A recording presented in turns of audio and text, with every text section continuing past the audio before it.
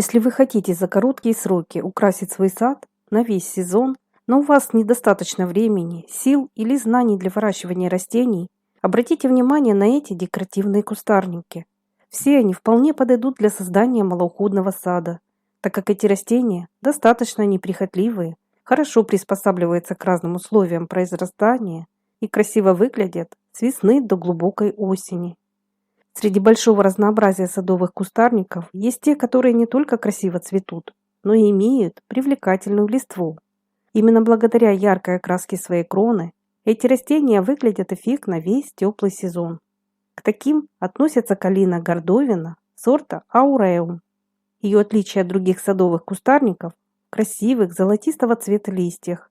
Они крупные, с выраженной морщинистой фактурой.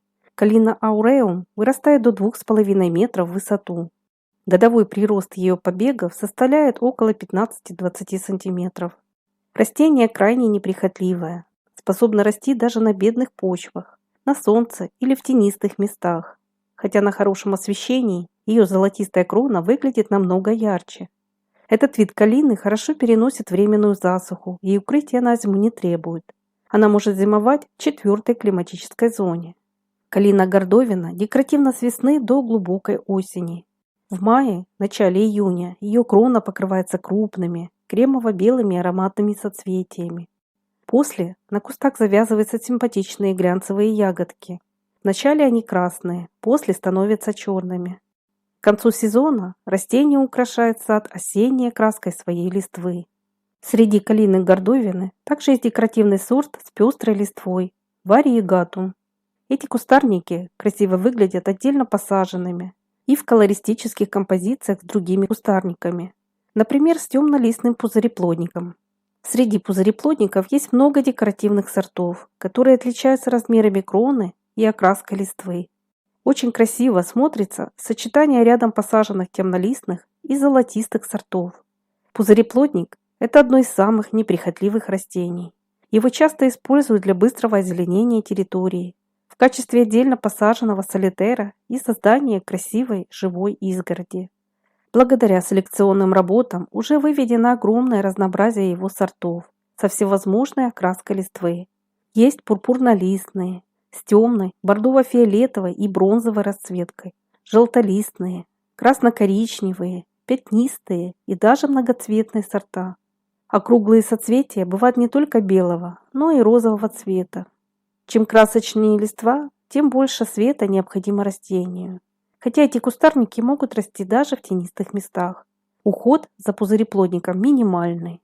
Кусты отлично поддаются стрижке и идеально подходят для формирования плотной живой изгороди. Кроме того, пузыреплодники хорошо черенкуются. Нарезав из молодых побегов черенки, можно укоренить много растений для своего сада. А вот посев семян не даст вам гарантии, что выращенные сеянцы унаследуют декоративные признаки материнского куста. Если вы не хотите ждать несколько лет, чтобы быстро украсить свою территорию, посадите иву. Одной из самых декоративных ее представительниц считается ива японская, цельнолистная. В питомниках можно найти популярный ее декоративный сорт хакура нишики. Очень эффектно выглядят эти растения в штамповой форме. Они отлично поддаются стрижке. Их можно формировать как угодно. Годовой прирост составляет 70-80 см. Вырастает эта ива до 3 метров в высоту. Но если вам не нужна такая крупная крона, вы можете ее корректировать стрижкой.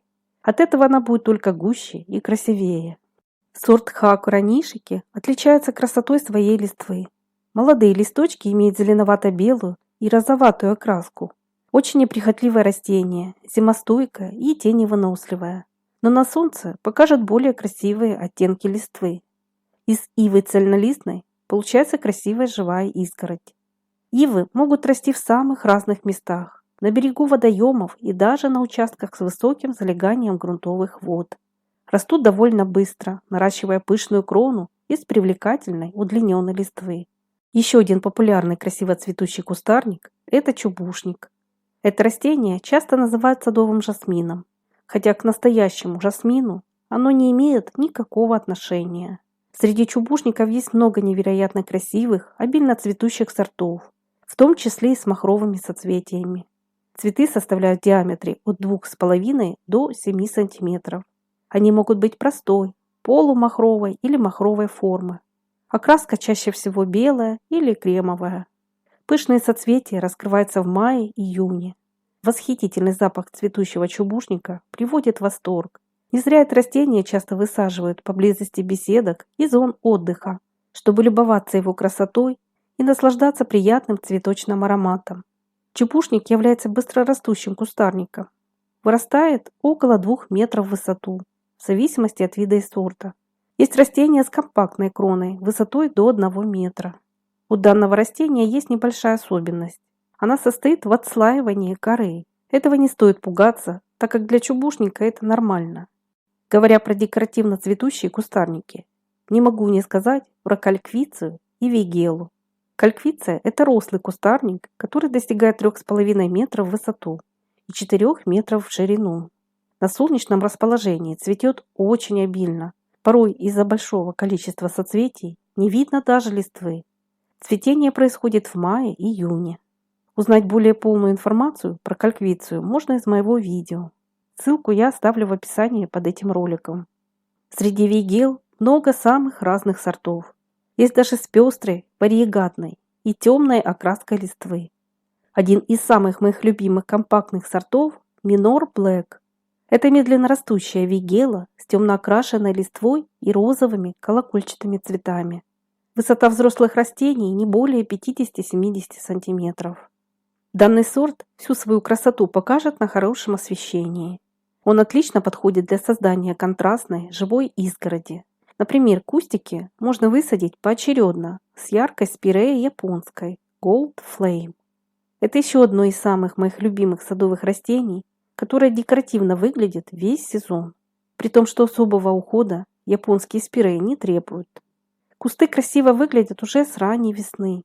Они отлично формируются стрижкой.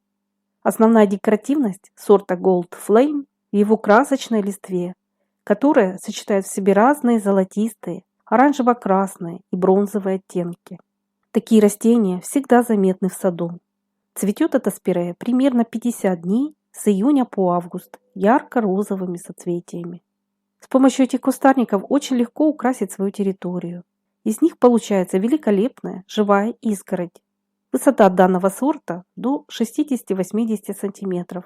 Если же вам нужны еще более компактные растения, обратите внимание на карликовую японскую спирею с золотистой листвой Golden Carpet. Ее высота максимум до 30 см. При частой стрижке кустики обретают густую округлую крону, которая переливается в лучах солнца всеми золотистыми красками. Это отличное засухоустойчивое растение для оформления бордюров, особенно в сочетании с еще одним компактным кустарником с великолепной темно окрашенной листвой. Речь идет про карликовый сорт Барбариса Тунберга Багатель. Это низкорослый сорт с шарообразной кроной высотой до 40 см. Растет медленно. Листва выразительной багряно-красной окраски. Очень неприхотливый, засухоустойчивый, любит солнечное месторасположение. Среди барбарисов довольно много красивых сортов, которые отличаются цветом листвы, формой и размерами кроны. Подобрав разные растения, можно создать очень эффектные композиции, которые украсят любую территорию с весны до глубокой осени.